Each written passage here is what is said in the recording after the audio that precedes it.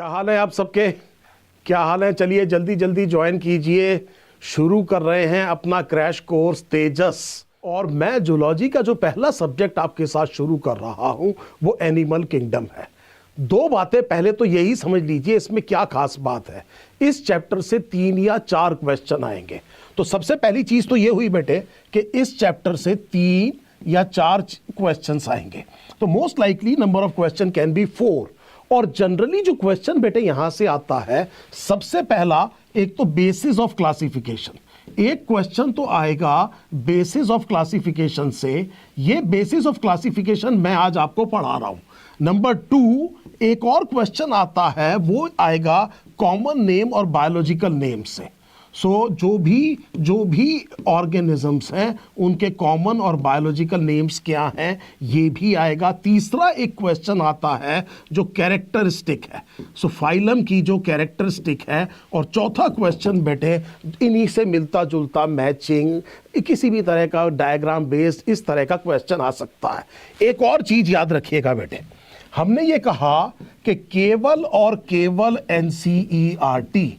हमें केवल क्या करना है बेटे? एनसीईआरटी। इसका मतलब ये होता है कि अगर एनसीईआरटी में इतना लिखा हुआ है तो हो सकता है कि मुझे इतना पढ़ाना पड़े, लेकिन मकसद मेरा केवल यही है कि आपका फोकस किसी तरह से मैं हर चीज समझा करके इस चीज को पूरी तरह से क्लियर कर दूं जो एनसीईआरटी के अंदर है। तो अब आप अपना एक पेपर पेन ले लीजिए और कॉपी ले लीजिए और देखिए मैं आपको क्या पढ़ा रहा हूं। ये वो चीज है जिसको मैंने सबसे पहले पढ़ाना है, बेसिस ऑफ क्लासिफिकेशन। मेरे पास पूरे वर्ल्ड के लिविंग ऑर्गेनिजम्स हैं, इनमें से मैंने प्रोकैरियोट्स को बाहर निकाल दिया।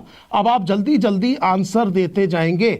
मैंने आपसे कहा यहां पर पूरे के पूरे जितने भी लिविंग ऑर्गेनिजम्स हैं उन सबको मैंने यहां रख दिया। इसमें से मैंने बाहर निकाल लिए बेटे प्रोकैरियोट्स। मुझे बताइए इन यूनिक ऑर्गेनिजम्स को किस ग्रुप में रखूं, किस किंगडम में रखूं? आपने फॉलो करना है रॉबर्ट विटेकर का 5 kingdom classification.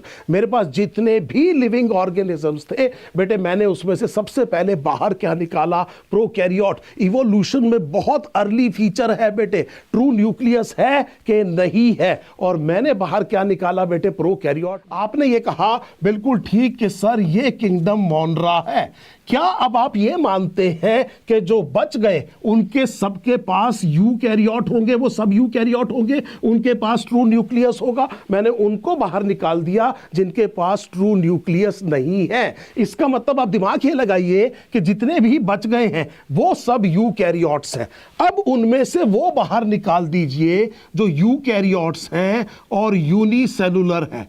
Eukaryotes and unicellular, दिमाग लगाइए बेटे, यूकैरियोट एंड यूनिसेलुलर, मैंने उनको बाहर निकाला जिनमें ट्रू न्यूक्लियस है। ध्यान देना बच्चे, ट्रू न्यूक्लियस में डबल न्यूक्लियर एनवलप होता है, डबल मेम्ब्रेन न्यूक्लियर एनवलप होता है। यहां मैं बिल्कुल भूत की तरह तुम्हारे ऊपर आकर के समझा रहा हूं, ध्यान देना बेटे। यू का मतलब होता है ट्रू और कैरियन का मतलब होता है बेटे न्यूक्लियस। और ट्रू न्यूक्लियस में 2 मेम्ब्रेन होती हैं और 2 मेम्ब्रेन के बीच में बेटे न्यूक्लियर पोर कॉम्प्लेक्स होता है। इसे कहते हैं न्यूक्लियर एनवलप या ट्रू न्यूक्लियस। यहां मैं ये कह रहा हूं कि हमारे पास ये है, और जिस किंगडम को बहुत अच्छे बेटे आपका आंसर आ गया है, हमने निकाल दिया प्रोटिस्टा।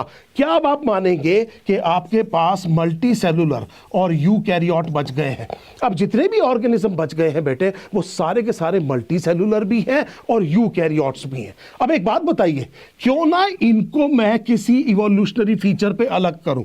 ये देख लेता हूं कि सेल वॉल है कि नहीं है। मैंने ये कहा कि सेल वॉल है या नहीं है। ऐसे मल्टी सेलुलर यूकैरियोट्स को क्या कहेंगे जिनके पास सेल वॉल नहीं है? तीसरा क्वेश्चन आज का, उन मल्टी सेलुलर यूकैरियोट्स को आप क्या कहेंगे जिनके सेल में सेल वॉल नहीं है? देखिए बेटे बड़े ध्यान से, यही वो किंगडम है जो आज हमने पढ़ना है। अगर सेल वॉल है तो मैंने ये देखा कि अगर ये सेल वॉल सेल्यूलोज की बनी है तो बताइए इस किंगडम को क्या कहेंगे? What will these organisms be called? Yes, animal, शाबाश। इनको क्या कहेंगे बेटे? सेल वॉल है, और सेल वॉल किस चीज की बनी है बेटे? सेल्यूलोज की बनी है, शाबाश। मैंने अब उनको निकालना है। यस, ये कौन है बेटे? प्लांट्स है। सो देखो बेटे, ये इंटरैक्टिव सेशन होगा। आप कई बार मुझसे पढ़ चुके, आप जानते हैं कि क्वेश्चन बेस्ड स्टडी करते हैं बेटे। और अगर ये काइटिन का बना है तो ये बेटे फंजाई आ गया। सो क्या ये बात बिल्कुल क्लियर है? एक और चीज समझ लीजिए, ऐसा करते हैं कि यहां पर मोड ऑफ न्यूट्रिशन ले लेते हैं। Mode of nutrition, mode of nutrition का मतलब यह हुआ कि हमने ये कहा ऑटोट्रॉफ है कि हेटेरोट्रॉफ है। ऑटोट्रॉफ है तो अब की बार मैं करके दे रहा हूं आपको, ये प्लांटे है। हेटेरोट्रॉफ में आपने कहा होलोजोइक है तो कौन है बेटे? एनिमल है। और अगर आपने कहा सेप्रोफिटिक या पैरासिटिक है तो कौन है? फंजाई है। क्या अब हमें यह समझ में आ गया कि एनिमल कहते किसे हैं? एनिमल एक मल्टी सेलुलर यूकैरियोट है जिसके सेल में सेल वॉल है नहीं, जिसका mode of nutrition heterotrophic holozoic है और जिसमें नर्व और मसल है। नर्व और मसल की वजह से लोकोमोशन होता है और उसमें बहुत ज्यादा डाइवर्सिटी है। सो मुझे इस स्लाइड से यह समझ में आ गया कि जो एनिमल है बेटे वो मल्टी सेलुलर है, वो यूकैरियोट है। हमने ये कहा कि इसमें सेल वॉल है नहीं, हमने ये कहा कि इसका मोड ऑफ न्यूट्रिशन क्या है बच्चे? हेटेरोट्रॉफ है। और इसमें कम से कम हायर एनिमल्स में नर्व और मसल मिलेगा जिसकी वजह से लोकोमोशन मिलता है, जिसकी वजह से आपको लोकोमोशन देखने को मिलता है। और इस वजह से एनिमल वर्ल्ड में बहुत ज्यादा डाइवर्सिटी है। पॉइंट नंबर 1, हम एनिमल किंगडम पढ़ रहे हैं और मुझे यह समझ में आ गया कि एनिमल कहते किसे हैं। अब मैं ये कह रहा हूं कि मैंने सारे के सारे एनिमल्स यहां पर रख दिए, तो यहां पर मैंने सारे एनिमल्स रख दिए। ये एनिमल्स कौन कौन है अभी मैंने देखा, ये सारे के सारे अभी मैं या फिर लिख रहा हूं बेटे, मल्टी सेलुलर है, यूकैरियोट है, सेल वॉल है नहीं, हेटेरोट्रॉफ है, नर्व और मसल है। इतनी बात मैंने लिख दी। तो सारे के सारे मल्टी सेलुलर है। मल्टी सेलुलर ऑर्गेनिज्म में अब मुझे इन एनिमल्स को एक दूसरे से अलग करना है। तो पहला इवोल्यूशनरी फीचर जो मैं लूंगा बेटे वो ग्रेड ऑफ ऑर्गेनाइजेशन लूंगा। और सेल्स मिलकर के क्या बनाते हैं? सेल्स मिलकर के क्या बनाते हैं? बायोलॉजी में जब आप सेल पढ़ते हैं तो उससे अगले लेवल पे ऑर्गेनाइजेशन पे क्या पढ़ते हैं? So what is the higher level of organisation than cell in biology? Tissue बनेगा। तो क्या मैं यहां पर यह कह सकता हूं कि कुछ मल्टी सेलुलर ऑर्गेनिज्म जरूर ऐसे होंगे जिनमें टिश्यू नहीं बना और ग्रेड ऑफ ऑर्गेनाइजेशन क्या रह गया बेटे? सेलुलर। और ये बेटे फाइलम है पॉरीफेरा। आप देखिए इवोल्यूशनरी स्क्रीन में मैं क्या कर रहा हूं, मैंने सबसे पहले उन ऑर्गेनिजम्स को हटा दिया जिनमें बेटे टिश्यू नहीं बना, जिनमें ग्रेड ऑफ ऑर्गेनाइजेशन केवल कैसा रह गया है बेटे? सेलुलर रह गया है। ये मल्टी सेलुलर तो हो गए पर अगले लेवल तक नहीं गए, इसको मैंने बाहर निकाल लिया। ये कौन है बेटे? पॉरीफेरा। तो क्या मैं ये कह सकता हूं कि अब जो मेरे पास बच गए उनमें बेटे टिश्यू है, एटलीस्ट टिश्यू ग्रेड ऑर्गेनाइजेशन है। सो सुनिए बेटे, सारे एनिमल मल्टी सेलुलर है, ये भी मल्टी सेलुलर है, ये आगे भी जो हम पढ़ेंगे सब मल्टी सेलुलर है। इनमें बेटे टिश्यू नहीं बना और आगे जब हम जाएंगे तो टिश्यू बन जाएगा इन ऑर्गेनिज्म में। और इन ऑर्गेनिज्म में फर्क ये है कि यहां पर टिश्यू आ जाएगा, कम से कम इनमें टिश्यू नहीं है। और बेटे इसीलिए इस बेसिस ऑफ क्लासिफिकेशन को फाइलोजेनेटिक कहते हैं। एक और चीज आपने देखा होगा कि कॉमन एंसेस्ट्री के हिसाब से जो आप क्या करते हैं, आप जब क्लासिफिकेशन करते हैं तो उसको फाइलोजेनेटिक कहते हैं। और इवोल्यूशनरी फीचर्स की बहुत ज्यादा इंपॉर्टेंस है। ये देखिए बेटे, इधर हम अगर आपकी एनसीईआरटी पे जाएं तो आपकी एनसीईआरटी क्या कह रही है? पहला ग्रेड ऑफ ऑर्गेनाइजेशन क्या है बेटे?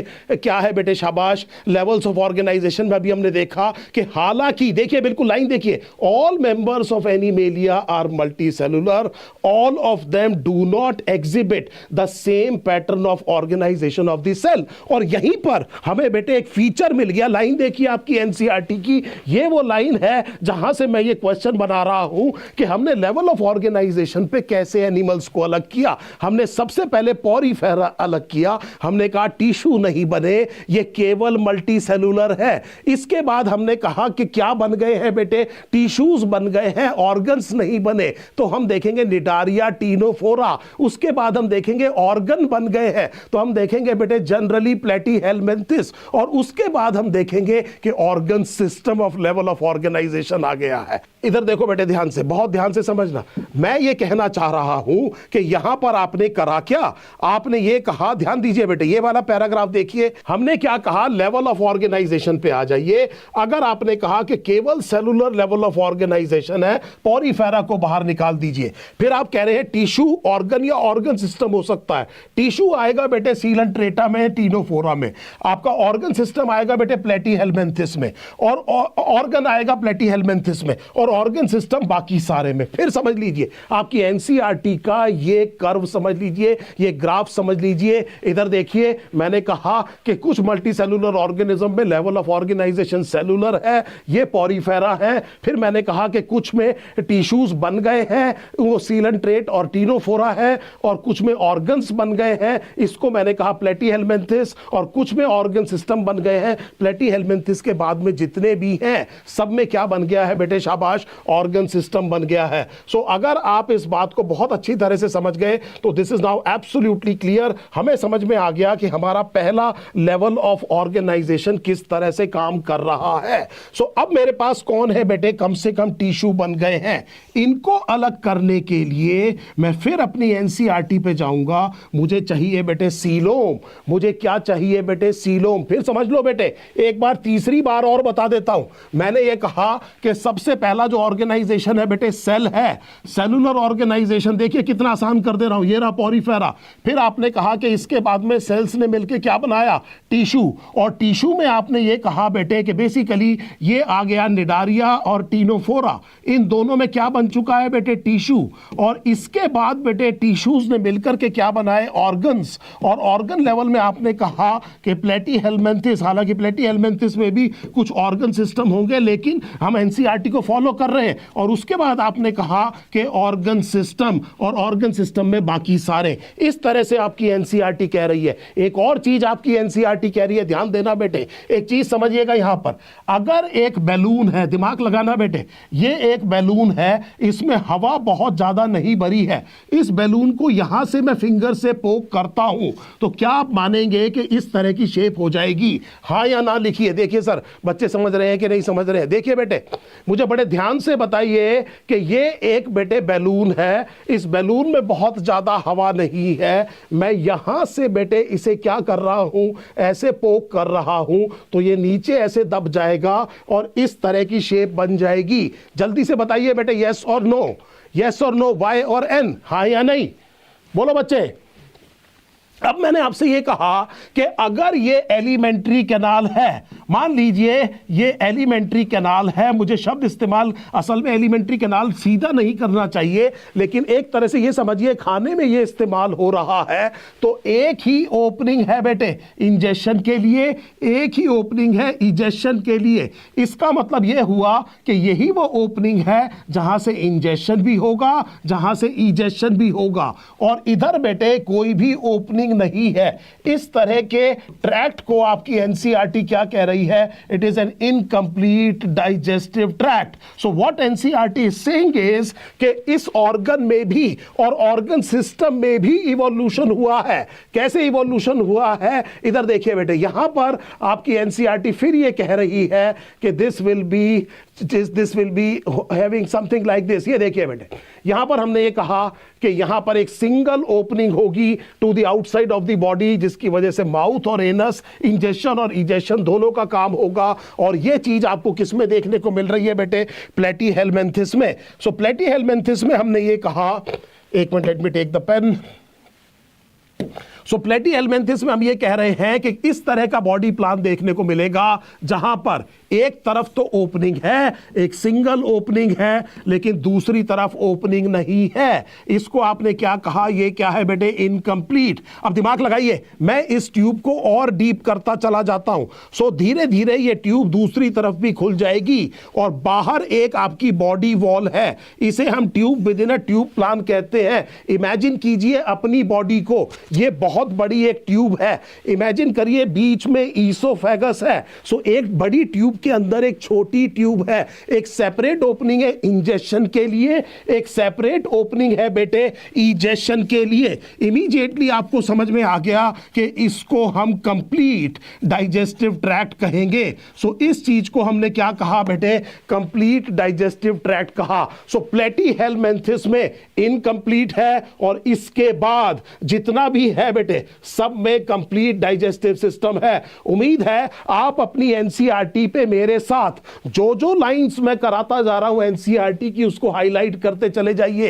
एक 150-200 रुपए की किताब और खरीद लीजिए और उसमें बैठ करके बेटे हाईलाइट करिए, ताकि जिस टाइम पर हम इस चैप्टर को खत्म करेंगे और आप इस चैप्टर में देखेंगे अपनी एनसीईआरटी को, तो आपको पता चल जाएगा कौन कौन सी लाइंस सर ने करा दी हैं और कौन कौन सी लाइंस रह गई हैं। So this is how you actually complete the chapter. इस तरह से आप चैप्टर को कंप्लीट करते हैं। मैं आपको अब से लेकर के क्रैश कोर्स तक करीब करीब सारी एनसीईआरटी इसी तरह से करा दूंगा। एक और चीज समझिएगा बेटे, मैं ये कह रहा हूं कि ये हार्ट है, this is a heart, heart is a muscular pump, और इससे निकली बेटे एक आर्टरी। दिमाग लगाते जाइएगा बेटे, यहां से निकली एक आर्टरी और आर्टरी घुस गई बेटे एक ऑर्गन के अंदर। दिमाग लगाइए बच्चे, बार बार शब्द इस्तेमाल कर रहा हूं, जस्ट अपना अटेंशन फिक्स कीजिए, दिमाग यूज करिए and leave it to me. आप देखिए मैं क्या कर रहा हूं, मैंने यहां पर बेटे इस आर्टरी को तोड़ दिया कैपिलरीज में। सो ये आर्टरी एक ब्लड वेसल होती है which takes blood away from the heart.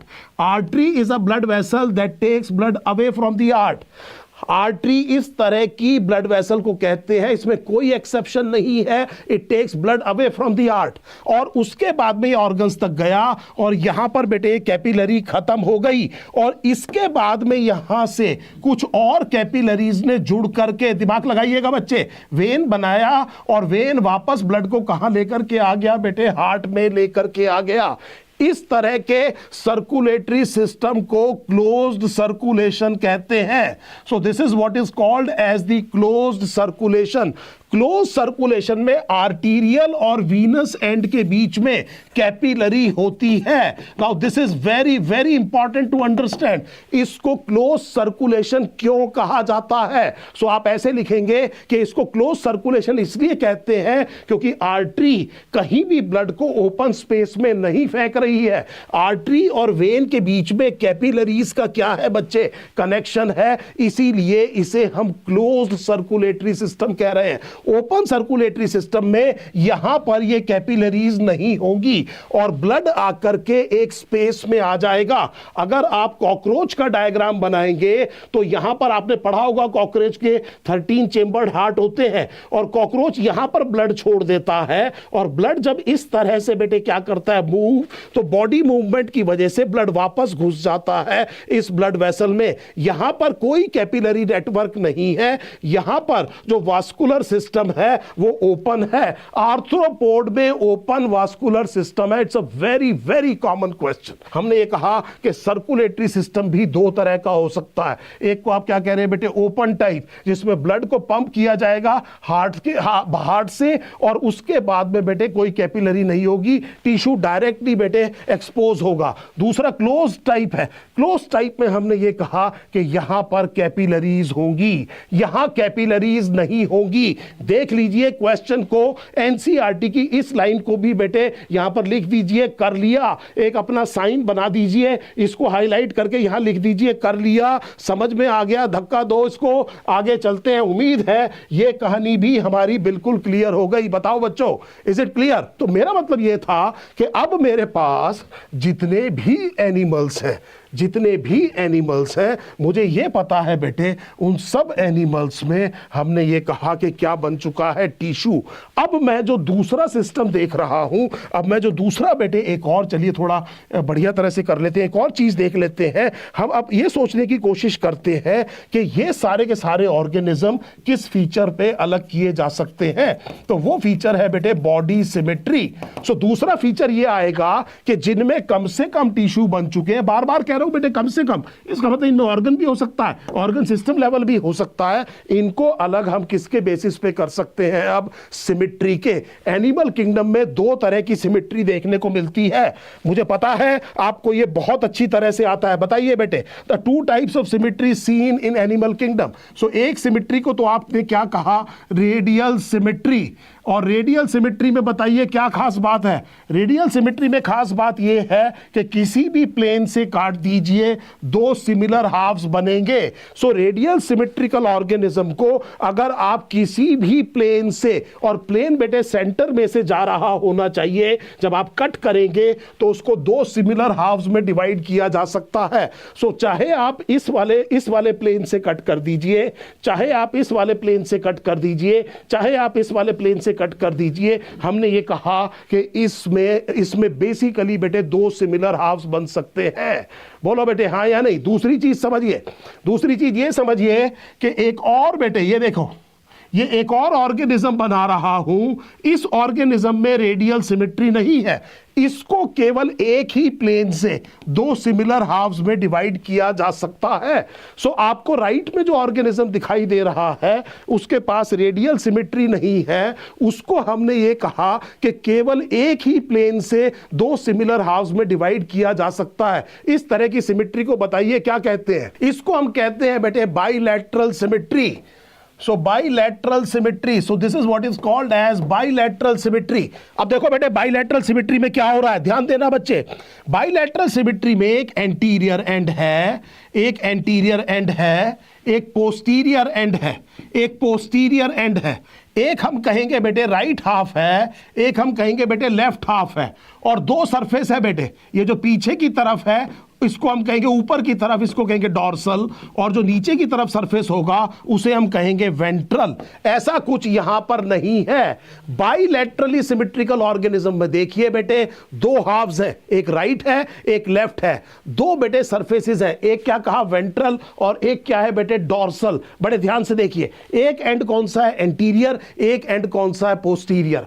इस तरह की सिमेट्री की वजह से मूवमेंट आसान होता है। सो मैं आपको असर्शन रीजन क्वेश्चन करा रहा हूं जो नीट एंट्रेंस एग्जाम में आ सकता है।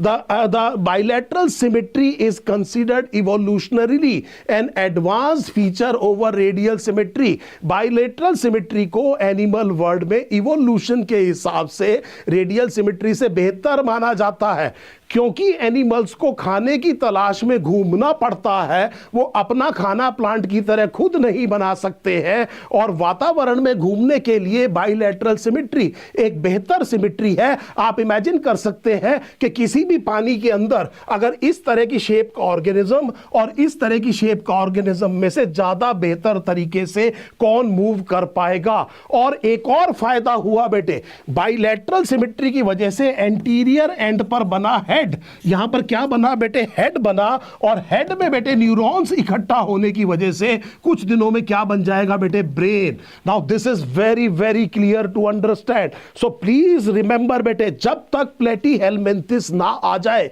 आपकी एनसीईआरटी ब्रेन पहली बार जो शब्द इस्तेमाल कर रही है वो फ्लैट वॉर्म्स में कर रही है। हाइड्रा में नर्व नेट होता है बेटे, लेकिन पहली बार अगर ब्रेन शब्द का इस्तेमाल आपकी एनसीईआरटी कर रही है तो वो फ्लैट वॉर्म या प्लेटीहेलमिन्थिस में कर रही है। उसके लिए एंटीरियर एंड चाहिए, उसके लिए सिफलाइजेशन चाहिए। सिफेलॉस बेटे हेड को कहते हैं। हेड फॉर्मेशन तभी हो पाएगा जब बाइलैटरल सिमेट्री हो, और बाइलैटरल सिमेट्री की मदद से बेटे एनवायरनमेंट में मूवमेंट आसान हो जाती है। क्या यह बात सही है? बोलो बेटे। डॉर्सोवेंट्रल एक्सिस नहीं बेटे, मैं ये कह रहा हूं इस तरह से होता है डॉर्सोवेंट्रल एक्सिस, ये डॉर्सोवेंट्रल एक्सिस होता है, ये एंटेरो पोस्टीरियर एक्सिस होता है। हम जो काट रहे हैं बेटे वो मिड लाइन से काट रहे हैं। इसमें क्या होगा बेटे, आसानी से लोकोमोशन होगा, आसानी से क्या बनेगा बेटे, शाबाश, ब्रेन बनेगा। चलिए वापस चलते हैं अपनी एनसीईआरटी पे। सो एनसीईआरटी क्या कह रही है, एनसीईआरटी यहां पर क्या कह रही है बच्चे कि इसके बाद में हमने ये कहा कि कुछ ना कुछ बेटे इस तरह की सिमेट्री भी आनी चाहिए। और ये सिमेट्री देखिए, ये रेडियल सिमेट्री है, आपने किसी भी प्लेन से कट किया, सेंटर के प्लेन से पार्ट हो रहा है तो दो हाफ्स में डिवाइड हो रहा है। ये बाइलेटरल सिमेट्री है, केवल एक ही प्लेन से इसको दो सिमिलर हाफ में कर सकते हैं। इसमें एंटीरियर और पोस्टीरियर एंड है, उसमें एंटीरियर पोस्टीरियर एंड नहीं है, उसमें एक ओरल एंड होता है, एक एब ओरल एंड होता है। और यहां पर बेटे राइट हाफ है, एक लेफ्ट हाफ है। ऊपर वाला सरफेस बेटे डॉर्सल है, नीचे वाला क्या है, वेंट्रल है। और यहां पर बेटे हम ये देखेंगे कि ब्रेन जैसी चीज बन सकती है। I hope this is now absolutely clear. क्या ये आपको आपकी एनसीईआरटी का डायग्राम और इस पर बेस्ड जो क्वेश्चन नीट एंट्रेंस एग्जाम में पूछे जा सकते हैं, ये आपको समझ में आ गए। अब हमने ये कहा कि इसके बाद में आप आ गए बेटे बॉडी सिमेट्री पर। सो अब आप आ गए बेटे बॉडी सिमेट्री पर, तो बड़े ध्यान से समझिएगा कि बॉडी सिमेट्री के बाद में आपने कहा कि कुछ तो कौन है बेटे रेडियली सिमेट्रिकल है और कुछ कौन है बेटे शाबाश बाइलेटरली सिमेट्रिकल है। ध्यान देना बच्चों, बहुत ध्यान से समझना, थोड़ा बीच में भाषण हुआ है, थोड़ा सा ध्यान देना। ये वाले ऑर्गेनिज्म कौन से हैं जिनमें रेडियल सिमेट्री है, दो फाइलम आएगा बेटे, निडारिया, व्योम। ध्यान देना, देखो कुछ भी रटने की जरूरत नहीं है, इवोल्यूशनरी स्कीम देखो बेटे, ऑन्टोजेनी, रिकैपिचुलेट्स, फाइलोजेनी। एक और चीज बताइए बेटे, जिस टाइम पर फर्टिलाइजेशन होता है, एक सिंगल सेल बनता है, उसे कहते हैं जाइगोट। और फिर ये जाइगोट बेटे एक मल्टी सेलुलर स्ट्रक्चर बनाता है। मैं एनिमल की डेवलपमेंट की बात कर रहा हूं। स्पर्म और ओवम के फर्टिलाइजेशन से जाइगोट बना, जाइगोट में डिवीजन से ये जो स्ट्रक्चर बना, इसे हमने कहा एम्ब्रायो, इसको हमने कहा एम्ब्रायो। अब क्या होगा, हमने ये कहा कि ये एम्ब्रायो है और इस एम्ब्रायो के बाद क्या होगा बेटे, जल्दी बताइए। होगा ये फीटस बनेगा, बिल्कुल ठीक है, लेकिन ऐसे समझो कि ये वाले जो सेल हैं अपने आप को जर्म लेयर में ऑर्गेनाइज करेंगे। ये जो सेल है अपने आप को ऑर्गेनाइज करेंगे 2 या 3 लेयर में। कुछ ऑर्गेनिजम्स में 2 लेयर बनती हैं, कुछ ऑर्गेनिजम्स में 3 लेयर बनती हैं। आप मुझे बताइए, जो ऑर्गेनिज्म में 2 लेयर बनती है उन्हें क्या कहते हैं, और जिनमें 3 लेयर बनती है उन्हें बताइए क्या कहते हैं। सो मैंने ये कहा कि ये जो एम्ब्रायो के सेल हैं अब ये अपने आप को ऑर्गेनाइज कर रहे हैं, they are organising themselves into some layers. कुछ में 2 लेयर बनती हैं, कुछ में 3 लेयर बनती हैं।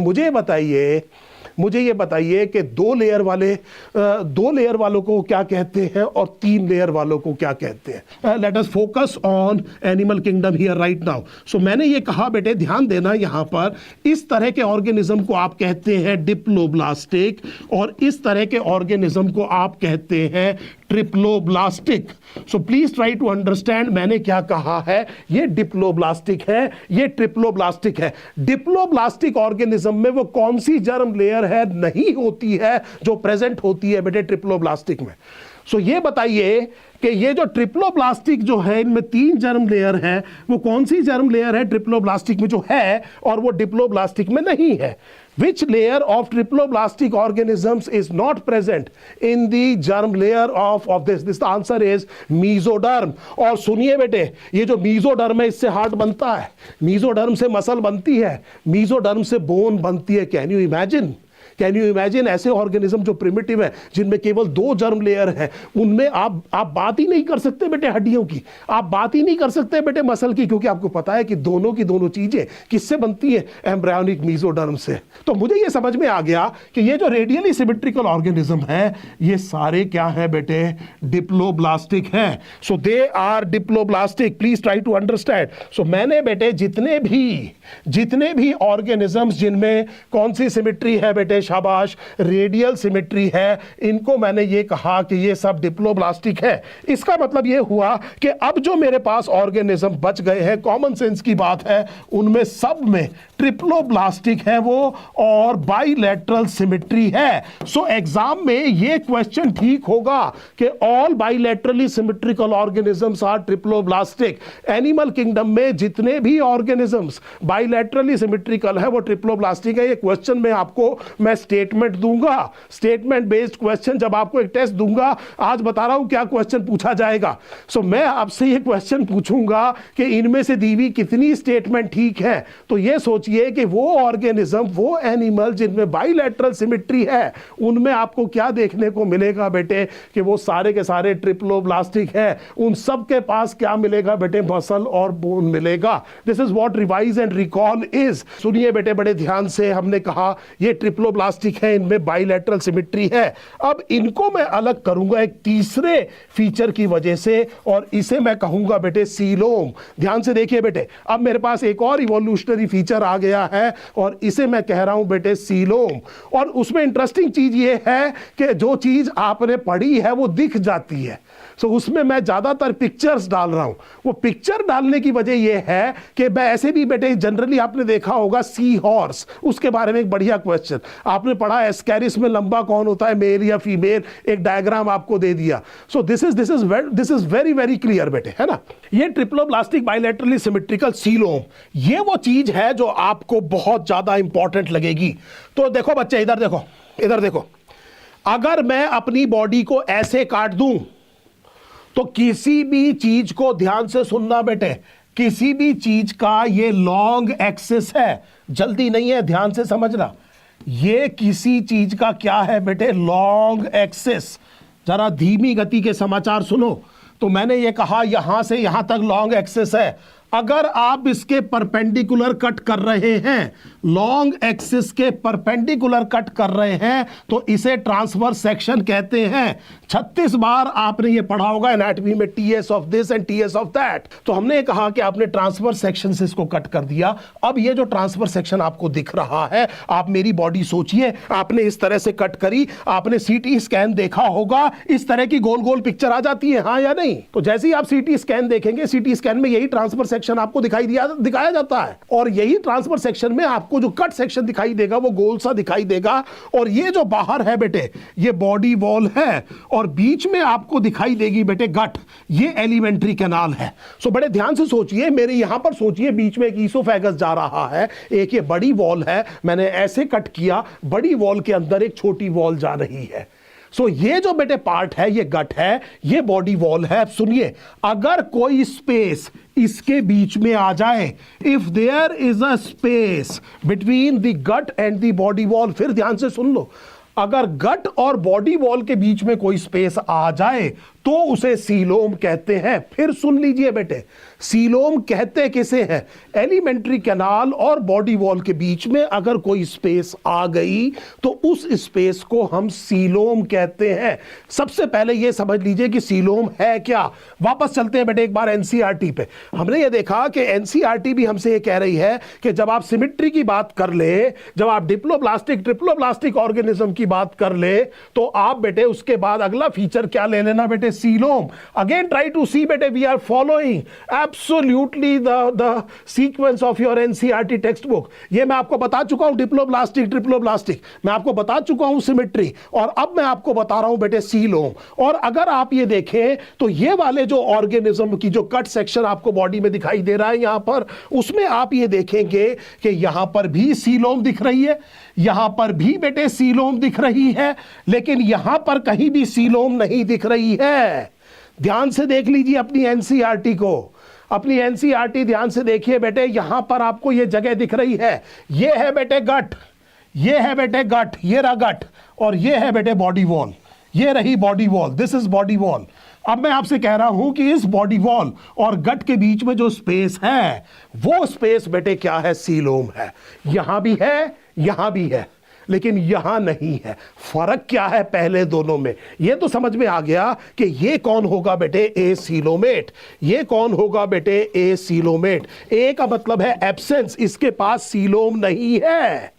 ये सबसे प्रिमिटिव ऑर्गेनिज्म इनमें ये है, इसलिए है, हालांकि ये ट्रिप्लोब्लास्टिक है, हालांकि इनमें बाइलैटरल सिमेट्री है, पर प्रॉब्लम ये है कि इनके पास एक तो बेटे इनकम्प्लीट डाइजेस्टिव ट्रैक्ट है, और दूसरा बेटे सीलोम नहीं है, दे आर ए सीलोमेट। अब आप इस जगह सीलोम को देखिए, इधर अगर आप सीलोम देखें तो ये वाला जो पार्ट है बेटे एम्ब्रियोनिक मीजोडर्म है।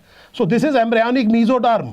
सो अगर आप ये देख रहे हैं तो आपको ऐसे पता चलेगा कि यहां पर जो भी ऑर्गेनिज्म, देखिए बच्चे, ये वाला पार्ट मीजोडर्म है, ये बेटे एंडोडर्म है, ये एक्टोडर्म है। कलर देख लीजिए, जो पर्पल सा कलर है वो बेटे सेल जो है वो एक्टोडर्म के हैं आपके डायग्राम में, और जो बेटे पिंकिश टाइप का कलर है ये मीजोडर्म है, और अंदर जो ग्रे स्केल में सेल है वो क्या है बेटे, एंडोडर्म है। सो मैंने ये कहा यहां एंडोडर्म है, यहां पर क्या है बेटे, शाबाश, एक्टोडर्म है, लेकिन coelom is surrounded on all sides by embryonic mesoderm. इस तरह की सीलोम को ट्रू सीलोम कहते हैं। ये सीलोम कैसी है बेटे, ट्रू। क्यों कहा, क्योंकि ट्रू सीलोम के चारों तरफ मीजोडर्म होगा। दिमाग लगाइए बेटे, देख लीजिए। I hope this is now absolutely clear. हाँ व्योम, लेकिन that is a true coelom. और यहां पर एक चीज ये देखिए कि यहां पर बेटे अगर आप देखें तो ये जो स्पेस है ये चारों तरफ से बेटे एम्ब्रियोनिक मीजोडर्म से क्या नहीं है, सराउंडेड नहीं है। स्पेस है तो, सीलोम है तो, पर ट्रू नहीं है। और इमीडिएटली मुझे पता चल गया कि इसको सूडो सीलोमेट कहेंगे। मैं क्या कह रहा हूं बेटे, बॉडी वॉल में एक बाहर की लेयर है, इसको लाइन कर दीजिए एक्टोडर्म से। सो सबसे बाहर वाली लेयर क्या है बेटे, एक्टोडर्म। ये बीच में गट है, गट की जो लाइनिंग होगी बेटे दैट वुड बी एंडोडर्म। ये जो चीज है बेटे एंडोडर्म है, दिस इज द एंडोडर्म। हमेशा बेटे गट की लाइनिंग क्या होगी बेटे, एंडोडर्म होगी, ये याद रखना। और बीच में बेटे मैंने क्या कहा, मैंने पूरी तरह से भर दिया। ये बेटे इसके पास सीलोम नहीं है, यहां पर आपको कोई स्पेस नहीं दिखाई दे रही है गट और बॉडी वॉल के बीच में। ये वो और डायग्राम है जो आपकी एनसीईआरटी ये कह रही है कि ऐसे समझ लीजिए कि this is what is called as an acoelomate organism. So acoelomate organism ये है। और फाइलम कौन सी है बेटे, प्लेटीहेलमिन्थिस। सो ये फाइलम कौन सी है बेटे, प्लेटीहेलमिन्थिस। समझ में आ गया अब? क्या ये बात अब समझ में आ गई कि ये बेटे इसके पास सीलोम नहीं है, ये सॉलिड बॉडी है? तो please try to understand this very clearly. एक और चीज बेटे आपने में से कुछ लोगों ने शायद मेरे साथ क्वेश्चन किया होगा। एक बात समझिए, अगर यहां पर सीलोम नहीं है तो सरफेस के सेल की तो प्रॉब्लम नहीं है, वो डिफ्यूजन से बेटे एनवायरनमेंट से चीजों को एब्जॉर्ब और एक्सचेंज कर सकते हैं। लेकिन ऐसे सेल प्रॉब्लम में फंस जाएंगे जो सरफेस से दूर है, जिनका डिस्टेंस बहुत ज्यादा है। Now there is a problem. इस तरह के सेल का तो गैस एक्सचेंज आराम से हो जाएगा क्योंकि ये बिल्कुल सरफेस के पास है, लेकिन इनके पास सीलोम नहीं है बच्चे। ये जो सेल बेटे बहुत ज्यादा दूर है सरफेस के, इनका क्या, इनको गैसेस कैसे मिलेंगी, ये एक्सचेंज कैसे करेंगे? सो आप में से कोई जना है जिसके साथ मैंने पहले ये डिस्कस किया है? एक बहुत इंटरेस्टिंग क्वेश्चन कराऊंगा, अगर आंसर याद है तो बताइए। तो हमने ये कहा कि हम एक रोटी बनाते हैं और रोटी में बेटे सबसे पहले आटे को गूंदते हैं। हमने क्या किया, नॉर्थ इंडिया में बहुत बच्चे तेलुगु स्पीकिंग है और मुझे बड़ा अच्छा लग रहा है बेटे, one of my very close friend is a very very famous person in south India. वो लोग पढ़ाते हैं बेटे एक क्लास में 400-400 बच्चों को, आकर जाकर के ऐसा लगता है बड़ी बड़ी स्क्रीन्स लगी हुई हैं बेटे, and it is such a spectacled. और उनका जो स्टडी आवर होता है बेटे 1-1.5 किलोमीटर की लाइन लगी होती है, दे कीप ऑन बेटे studying, and this is very very big बेटे। मैं जब वहां गया तो आई वॉज डम्बफाउंडेड। मुझे नहीं पता था कि इस उम्र में भी इतना कुछ किया जा सकता है। It was a tribute to you students. देखिए बेटे, मैंने ये कहा कि यहां पर हमने आटा बनाया, आटे में वो डाला पानी और उसको गूंद लिया, डो बना लिया। और हमारे यहाँ एक पेड़ी बनती है बेटे गोल सी, उसको गोल सा कर लिया ताकि बेटे उससे रोटी बनाए। और फिर रोटी बनाने के लिए एक इंस्ट्रूमेंट होता है, उसके ऊपर रख करके उसको फ्लैट कर देते हैं। सो इस चीज को हम क्या कर देते हैं बेटे, फ्लैट कर देते हैं। और फ्लैट करने से क्या होगा, आप इसको बेटे बेल दीजिए, इसको बेटे चपटा कर दीजिए। सो डोंट यू थिंक बेटे ये ऐसा हो जाएगा और सारे के सारे सेल किसके पास आ जाएंगे बेटे, सरफेस के पास आ जाएंगे। This is the reason why platyhelminthes are flatworms, why flatworms are flat. So exam में आपको मैंने बड़ा शानदार क्वेश्चन ये बता दिया, मैंने आपको बड़ा शानदार क्वेश्चन ये बता दिया। अगर वो पूछेंगे कि भैया प्लेटफॉर्म फ्लैट क्यों होता है, होना पड़ेगा बेटे, अगर उसे जिंदा रहना है तो उसको गैस एक्सचेंज करनी है, उसको न्यूट्रिएंट चाहिए। डिफ्यूजन जितना डिस्टेंस बढ़ जाएगा बेटे उतना उतना बेटे स्लो हो जाता है। डिफ्यूजन छोटे डिस्टेंस में तो ठीक रहता है लेकिन बड़े डिस्टेंस पे इफेक्टिव नहीं रहता। अब प्रॉब्लम ये है बेटे कि अगर ये फ्लैट नहीं हुआ तो ये सारे सेल जो दूर है किससे सरफेस से, उनका कैसे होगा काम, वो तो मारे जाएंगे। तो इनकी इवोल्यूशनरी फीचर ये है कि जो फ्लैट फॉर्म्स है they have to be flat, और इसीलिए इनको फ्लैट फॉर्म कहा जाता है। दूसरी चीज इधर देखिए बड़े ध्यान से, एक और इसी डायग्राम को एक और तरीके से बनाते हैं फटाफट। मैंने ये कहा कि ये गट है, ये बेटे बाहर एक्टोडर्म है, जल्दी से दिस इज एक्टोडर्म। मैं और आसान कर देता हूं एक और डायग्राम को, एंड लेट अस से बेटे दिस इज एंडोडर्म, ये एंडोडर्म है, ध्यान देते जाइए। और हमने जो मेरे ख्याल से मीजोडर्म का कलर लिया था वो ये लिया था, तो ऐसे पाउच ना बना करके हम इस तरह का बना देते हैं। ध्यान दो व्योम, ध्यान दो बेटे प्रेम, ध्यान दो, जो आप कह रहे हो एनसीईआरटी के डायग्राम को थोड़ा सा और बेहतर कर दिया। अब आपको स्पेस दिखाई दे रही है, can you see this space? ये स्पेस बेटे सूडोसीलोम है। इसके एक तरफ आप जो देख रहे हैं बेटे वो एंडोडर्म है, एक तरफ आप जो देख रहे हैं बेटे मीजोडर्म है। क्या ये सही है? इसे भी आप क्या कहेंगे बेटे? सूडोसीलोमेट। और ये सूडोसीलोमेट कौन होंगे बेटे? एस्केलमेंथिस। ये कौन होंगे? Aschelminthes. Is it absolutely clear? चलिए एक और डायग्राम बनाता हूं, इसी डायग्राम को और बेहतर करते हैं, इसको इवोल्यूशन कराते हैं इसका। देखिए बेटे, हमने कहा ये गट है, ये बाहर क्या है बेटे? एक्टोडर्म। ये बाहर क्या है बेटे? एक्टोडर्म। ध्यान दीजिएगा बेटे। और यहां बीच में क्या है बच्चे? ये हमने क्या कहा? This is the endoderm, this is the endoderm. और अब हम क्या कह रहे हैं बच्चे कि यहां पर अब मैं मान लीजिए बिल्कुल ऐसा ही बना रहा हूं, मैं ऐसे ही बना रहा हूं बेटे। ये क्या बनाया मैंने? Embryonic mesoderm. तो अगर आप देख पा रहे हैं तो ये क्या है बच्चे? एम्ब्रियोनिक मीजोडर्म है। इसको अब की बार मैं यहां से स्प्लिट कर दूंगा, दिमाग लगाइए, यहां पर ऐसे स्प्लिट कर दूंगा, यहां से भी इसको स्प्लिट कर दीजिए। ये मैंने स्प्लिट कर दिया बेटे, और स्प्लिट करते ही आप देखेंगे कि इस तरह से आपके पास दो स्पेस आ जाएंगी, और वो दो स्पेस हमने कहा ये ट्रू सीलोम है। ये है वो एनसीईआरटी का डायग्राम, जो ट्रू सीलोम का डायग्राम आपकी एनसीईआरटी दिखा रही है। ये मीजोडर्म के स्प्लिटिंग से बना है। ऐसे गया मीजोडर्म, ये स्प्लिट हुआ, और इस तरह से बेटे हमने कहा कि ये ट्रू सीलोम है। क्या अब ये डायग्राम आपको अच्छे से समझ में आ गया अपनी एनसीईआरटी का? Now do you understand the difference between pseudocoelom and हमने कहा सीलोम में ऐसों को अलग करिए जिनके पास है नहीं, जिनके पास सीलोम नहीं है, इनको क्या कहिए बेटे? ए सीलोमेट्स। और ए सीलोमेट्स में आपने क्या कहा बेटे? प्लेटीहेलमिन्थिस। और जो बच गए बेटे उनमें आपने क्या कहा? कुछ ऐसे हैं जो क्या है? सूडोसीलोमेट है। और ये क्वेश्चन बहुत कॉमन पूछा जाता है। So this is a 3 star question. इस क्वेश्चन से जरूर पूछा जाता है, कई बार आप देखेंगे प्रीवियस क्वेश्चन में यहां से पूछा गया है। These are Eskelminthes, the roundworms, the nematodes.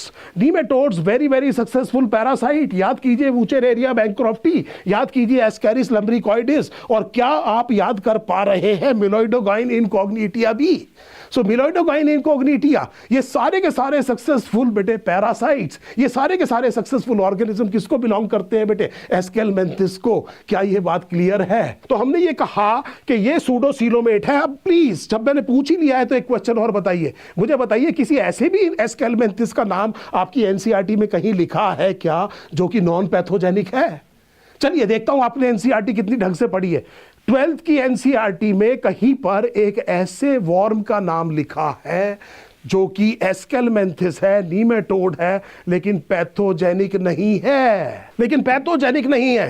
एक और क्लू डेवलपमेंटल जेनेटिक्स में बहुत इंपॉर्टेंट है।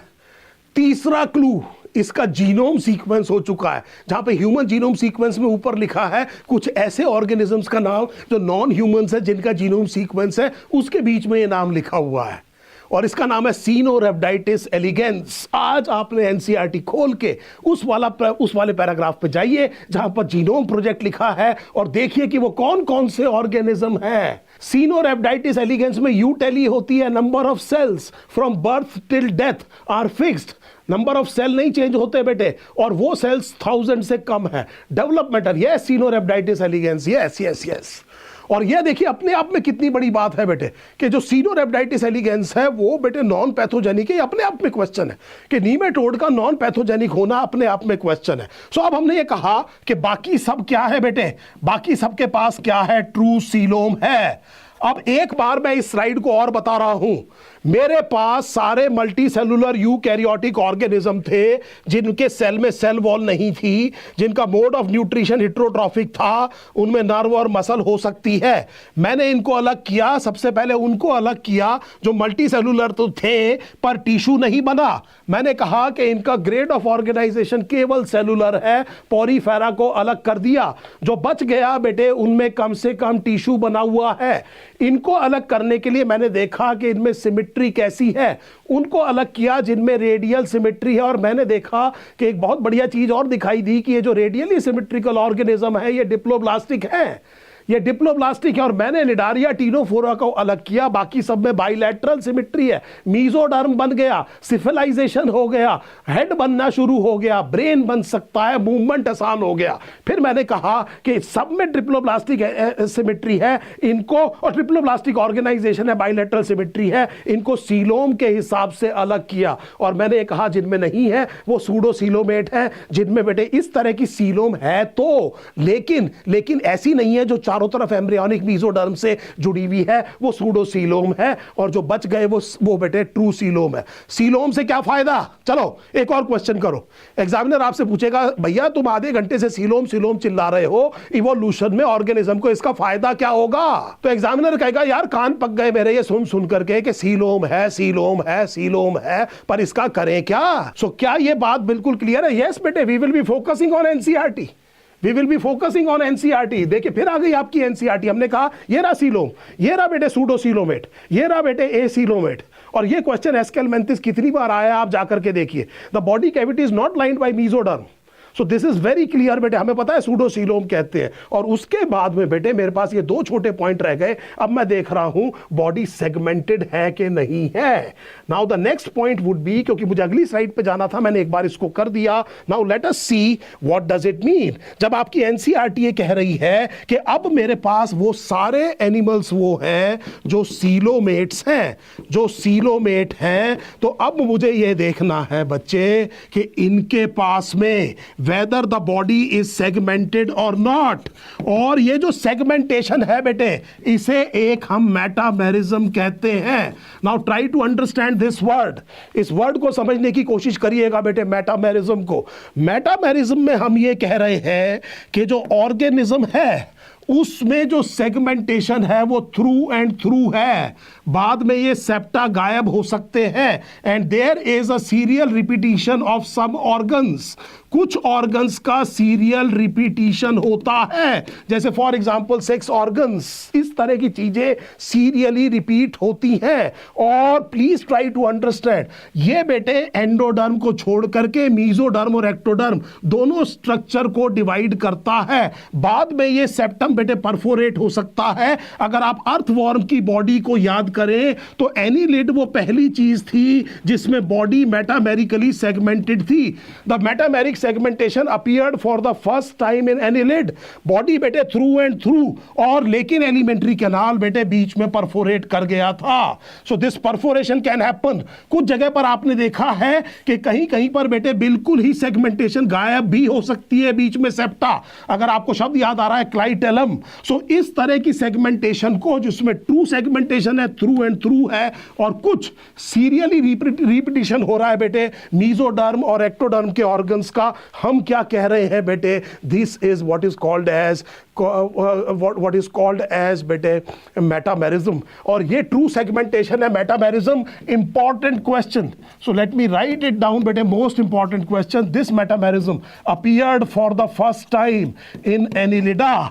ये सबसे पहले किस में आया बेटे, एनिलिडा में। आप भी सेगमेंटेड हैं, आपकी बॉडी में भी सेगमेंट है बेटे। आप ये सेगमेंटेशन हेड, थोरैक्स और एब्डोमेन के तौर पे देख सकते हैं। और भी ऑर्गेनिज्म, अगर आपने छिपकली की पूंछ देखी है तो आपको सेगमेंटल मायोटोम्स दिखाई दे जाएंगे, इस तरह से पार्टीशन होते हैं, आप देख सकते हैं। That is true segmentation.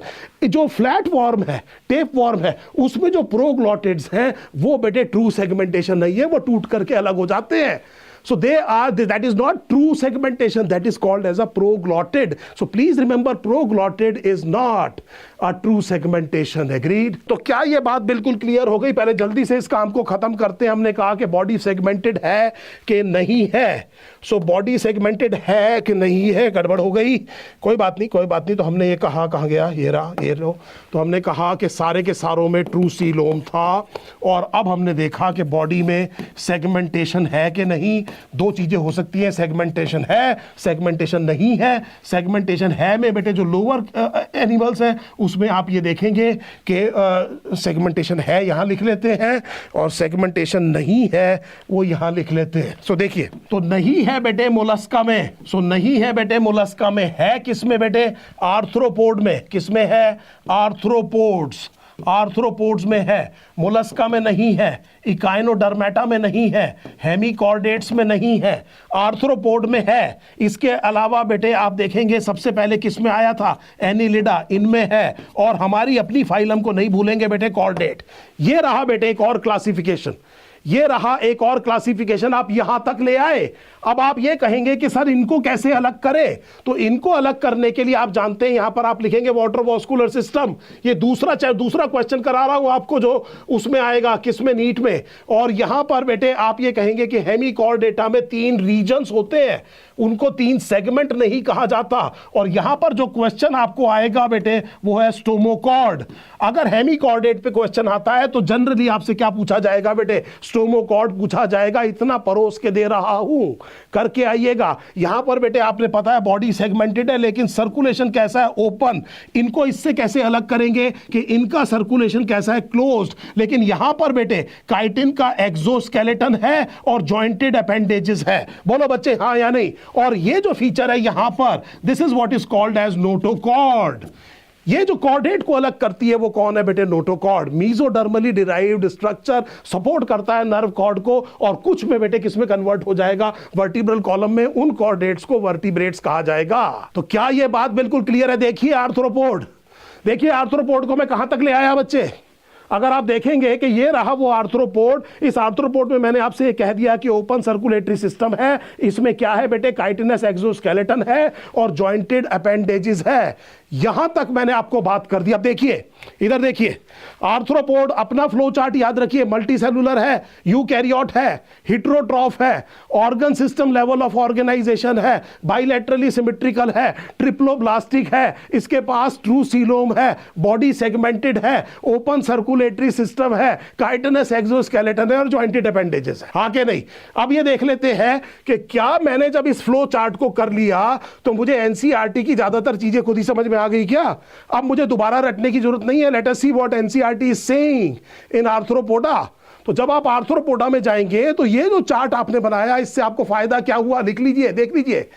2/3 are this arthropod, they have organ system, they are bilaterally symmetrical, triploblastic, segmented coelom, they are covered by chitinous exoskeleton, jointed appendages and बेटे ओपन सर्कुलेटरी सिस्टम। यही तो काम है ना। तो अगर आपने एक बार बेटे ये सारा का सारा फ्लो चार्ट बना दिया तो आपकी एनसीईआरटी में जितने भी इंफॉर्मेशन दिए हुए आधी तो आपको आ गई। हाँ के नहीं बेटे? मैंने कितनी जल्दी एनिमल किंगडम आपका खत्म करा दिया, आपकी प्रॉब्लम ही सॉल्व कर दी। अब आपने केवल फैक्ट शीट बनानी है। हर एक फाइलम के बेटे एक तरफ बायोलॉजिकल नेम लिखिए और एक तरफ कॉमन नाम लिखिए। वो भी अगर आप कहेंगे तो मैं आपको प्रोवाइड कर दूंगा। लेकिन हर बार बेटे मैं बच्चों से कहता हूं कि अपनी फैक्ट शीट जरूर बनाइए। सब जितने केवल और केवल उनकी बारे में बताइए जो एनसीईआरटी में प्रेजेंट है। ये है basis of classification. Thank you बेटे, थैंक यू सो मच।